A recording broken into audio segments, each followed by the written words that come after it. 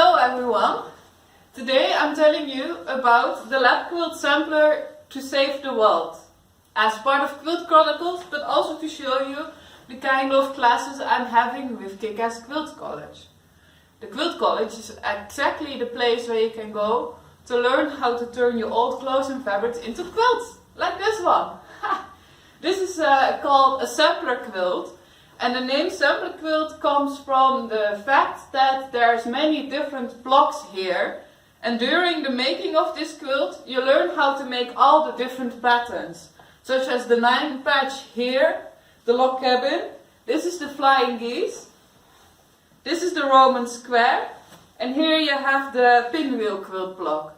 And in the tradition of quilting, a sampler was always used to create a sort of sample of the skills you have as a quilter.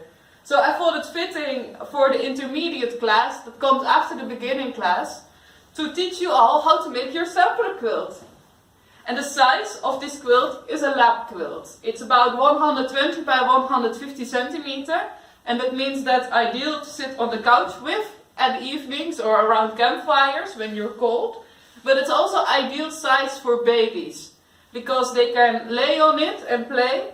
And it's a little bit bigger than a normal baby quilt, because if you make a quilt of lap quilt size, they can use it also when they grow a little bit bigger.